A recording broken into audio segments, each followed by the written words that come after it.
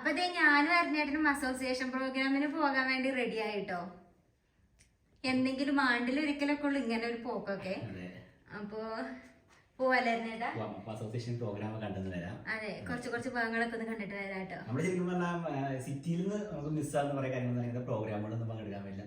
എല്ലാവരും ഇല്ലേ ഡാൻസും പരിപാടികളൊക്കെ എല്ലാവരും നമുക്ക് അവിടെ പോയി പ്രാക്ടീസ് ചെയ്യാനോ കൂടെ കൂടാനൊന്നും പറ്റാത്തതുകൊണ്ടാണ് ശരിക്കും പറഞ്ഞാൽ നമുക്ക് ആഗ്രഹം ഉണ്ടെങ്കിൽ കൊണ്ട് പാർട്ടിസിപ്പേറ്റ് ചെയ്യുന്ന ഭയങ്കര ആഗ്രഹമൊക്കെ ഉണ്ട്. പക്ഷേ നമുക്ക് ഇതിനുള്ള സമയവും സാഹചര്യം അല്ല, അതുകൊണ്ടാണ്. അപ്പൊ അതിനെ പോയി കണ്ട് ആസ്വദിക്കാം അല്ലേ? മലയാളി അസോസിയേഷന്റെ ഒരു മെമ്പർമാർ എന്ന രീതിയിൽ അതിൽ പങ്കെടുക്കുക എന്നുള്ള നമ്മുടെ ഉത്തരവാദിത്തമാണ്. അതുകൊണ്ട് ഞങ്ങൾ പോകണ്ട, അല്ലെങ്കിൽ പോയില്ലായിരുന്നു. ശരിക്കും പറഞ്ഞാൽ നമ്മൾ അതിനൊരു മെമ്പർമാരാണ്, മെമ്പർഷിപ്പുള്ള ആൾക്കാരാണ്. അപ്പൊ നമ്മൾ അതിന് പങ്കെടുക്കുക എന്നുള്ളൊരു മലയാളി എന്ന രീതിയിൽ നമ്മുടെ ആദ്യം പങ്കെടുക്കുക എന്നുള്ളത് പോലെ.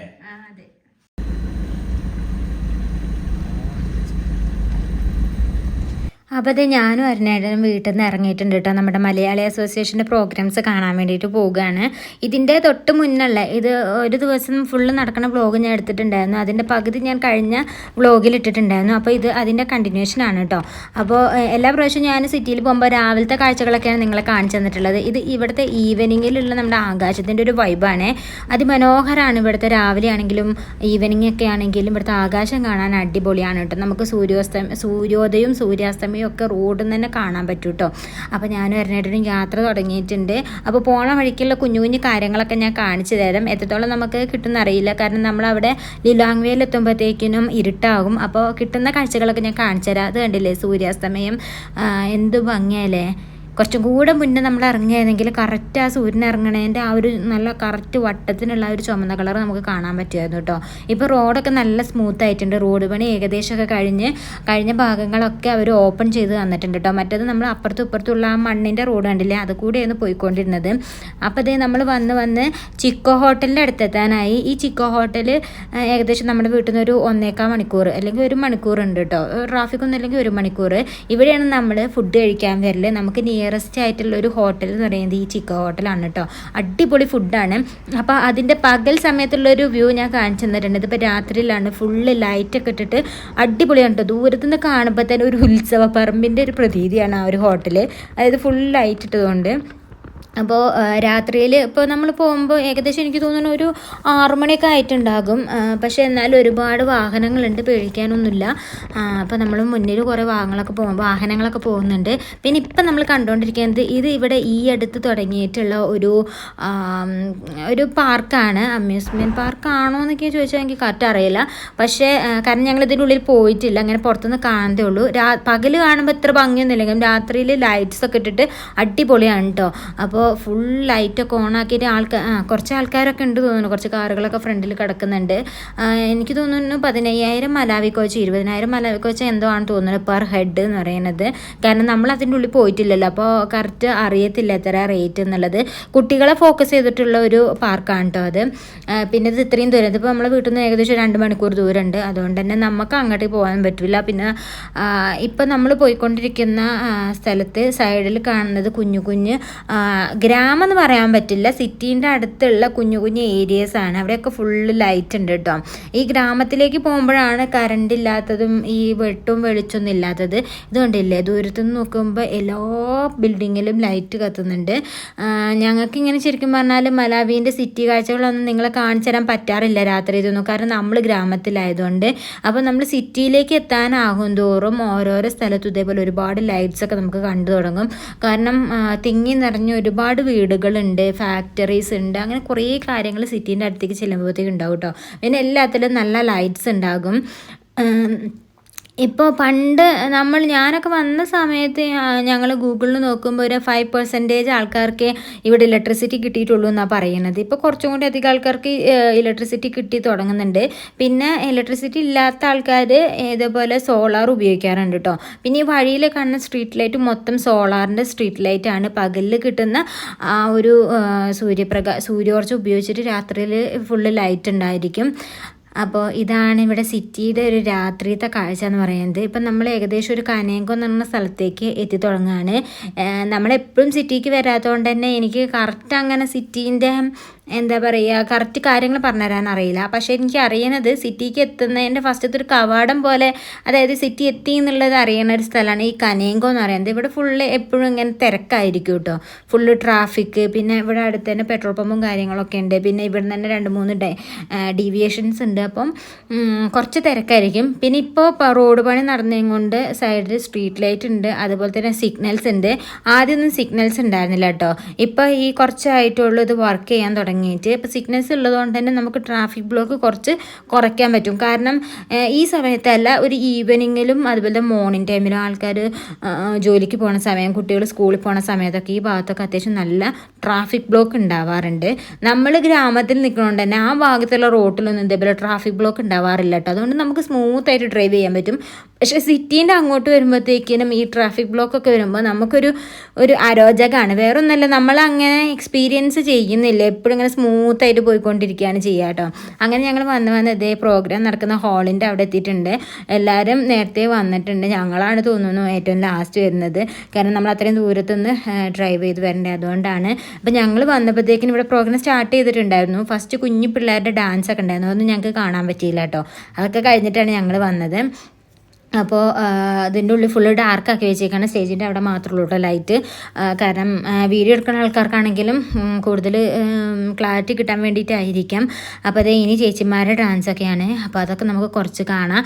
പിന്നെ ഞാൻ ഒരു ഡാൻസും പ്രോഗ്രാംസും ഒന്നും ഫുൾ വീഡിയോ ഇടുന്നില്ല കേട്ടോ, കാരണം നമുക്ക് കോപ്പിറൈറ്റ് ഇഷ്യൂ കിട്ടും. അപ്പം നിങ്ങൾ ജസ്റ്റ് ഞാൻ എന്തൊക്കെയൊക്കെ കുഞ്ഞു പോർഷൻസ് ഒന്ന് കാണിച്ചു തരാം.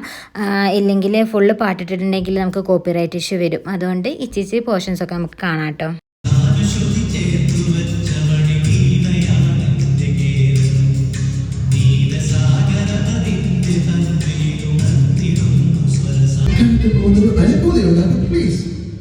കേൾക്കുമ്പോൾ ആൾക്കാരുടെ മനസ്സിൽ കൂടുതൽ കുറഞ്ഞ ഒരാഴ്ചയുണ്ട്.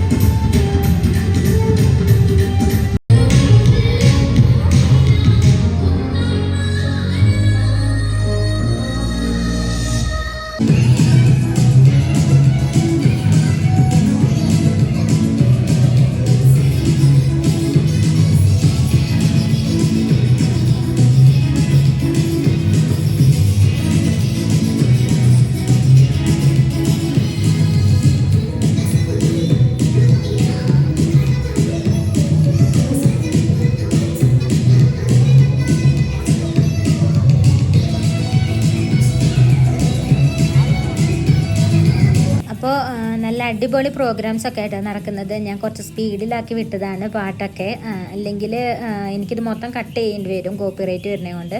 അതുകൊണ്ട് ഞാൻ കുറച്ച് സ്പീഡിലാക്കിയതാണ്. നല്ല അടിപൊളി ഡാൻസും കാര്യങ്ങളൊക്കെയാണ് ഉണ്ടായിരുന്നത്.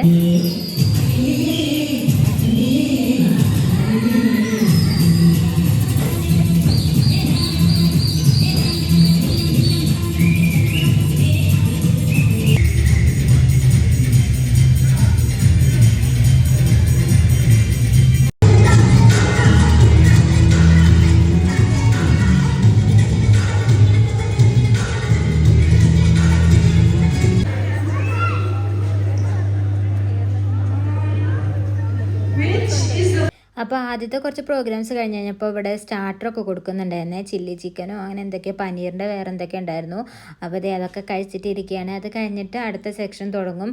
അപ്പം നമുക്ക് ബാക്കിയും കൂടെ കാണാം.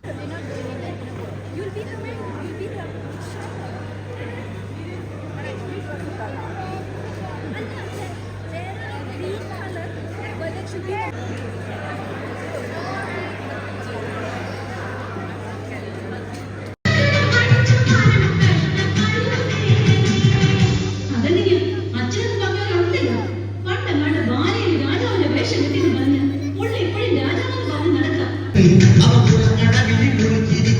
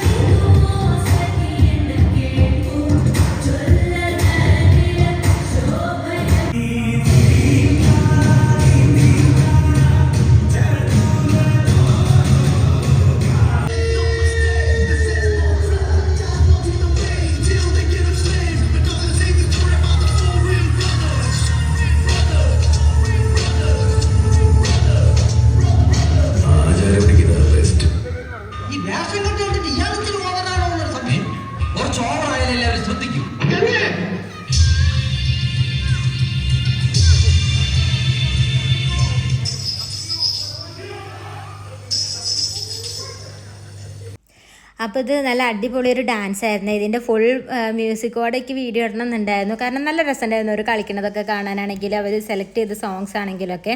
പക്ഷേ കോപ്പിറൈറ്റ് ഇഷ്യൂ ഇട്ടു, ഞാൻ നേരത്തെ പറഞ്ഞല്ലോ. അപ്പോൾ ഇത് അരുണേട്ടൻ്റെ കമ്പനിയിൽ വർക്ക് ചെയ്യുന്ന ചേട്ടന്മാരാണ്. ഒരു വേറെ വേറെ സൈറ്റുകളിലാണ്, പക്ഷേ എല്ലാവരും കൂടെ ഒരുമിച്ച് ഇടയ്ക്ക് ഇങ്ങനെ ഈവനിങ്ങിലൊക്കെ പ്രാക്ടീസൊക്കെ ചെയ്ത് കളിച്ചൊരു ഡാൻസാണ്. ശരിക്കും പറഞ്ഞാൽ അരുണേട്ടനും ഇതിൽ കൂടണമെന്ന് ഭയങ്കര ആഗ്രഹം ഉണ്ടായിരുന്നു കേട്ടോ. പക്ഷേ അരുണേട്ടന് പോകാൻ പറ്റുന്നൊരു സാഹചര്യം ആയിരുന്നില്ല. പിന്നെ ഞായറാഴ്ചകളിലാണെങ്കിൽ നമ്മൾ മലാവിഡേറിൻ്റെ ഓരോ പ്രവർത്തനങ്ങളായിട്ട് പുറത്ത് പോകാറുണ്ടല്ലോ, അതുകൊണ്ട് ഞായറാഴ്ചകളിലും പോകാൻ പറ്റിയിട്ടുണ്ടായിരുന്നില്ല.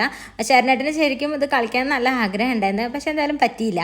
അപ്പോൾ ഇതിൻ്റെ കൊറിയോഗ്രാഫി ചെയ്തിരിക്കുന്നത് മുന്നിൽ നിൽക്കുന്ന വിഷ്ണുവേട്ടനും പിന്നെ രാകേഷ് ഏട്ടനും ഒക്കെയാണ് കേട്ടോ ഇത് കൊറിയോഗ്രാഫി ചെയ്തിട്ടുള്ളത്. നല്ല രസമുണ്ട്, എല്ലാവരും നന്നായിട്ട് കളിക്കുന്നുണ്ടായിരുന്നു.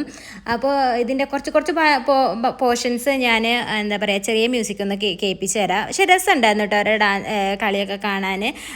ശരിക്കും പറഞ്ഞാൽ ഇവർ ഇങ്ങനെ ഇത്രയും നന്നായിട്ട് കളിക്കുന്നൊന്നും ആരും പ്രതീക്ഷിച്ചില്ല കേട്ടോ. ഇങ്ങനെ സൈറ്റുകളിലൊക്കെ നമ്മൾ അല്ലെങ്കിൽ പുറത്ത് പോകുമ്പോഴൊക്കെ ആണെങ്കിൽ ഇവരെ കാണും സംസാരിക്കുന്ന അല്ലാതെ ഇവരിങ്ങനെ ഭയങ്കര ആക്റ്റീവായിട്ടുള്ള ഭയങ്കര ഡാൻസ് കളിക്കുന്ന ടീംസാണെന്ന് അറിയില്ലായിരുന്നു.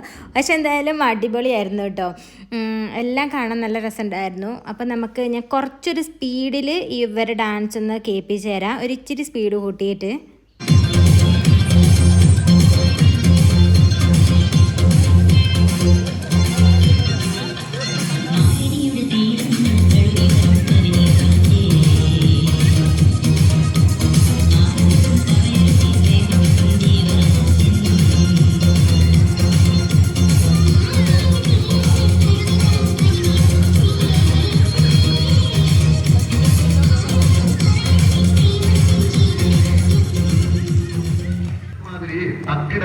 പാട്ടൊന്നും പാടി ഷൈൻ ചെയ്യാൻ നോക്കണ്ട. എന്നെപ്പോലുള്ള സാധാരണക്കാർക്ക് പാടാനും ഡാൻസ് ചെയ്യാനും പറ്റുന്ന പാട്ടാണെങ്കിൽ മതി. പോണ്ടിച്ചേരിയിലെ ഫ്രണ്ട്സ് ഒക്കെ അങ്ങനെ.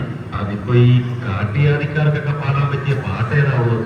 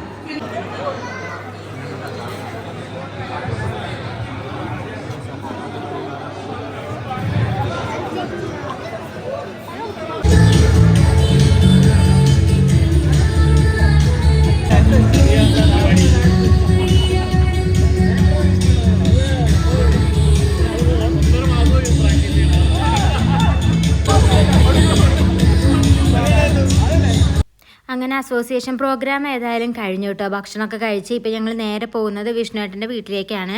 അവിടെ സ്റ്റേ ചെയ്തിട്ട് നാളെ രാവിലെ തിരിച്ച് വീട്ടിൽ പോകാമെന്ന് വിചാരിക്കുന്നുണ്ട് കേട്ടോ. അപ്പോൾ പരിപാടിയെല്ലാം കഴിഞ്ഞു. പരിപാടിയൊക്കെ ഉഷാറായിരുന്നു കേട്ടോ.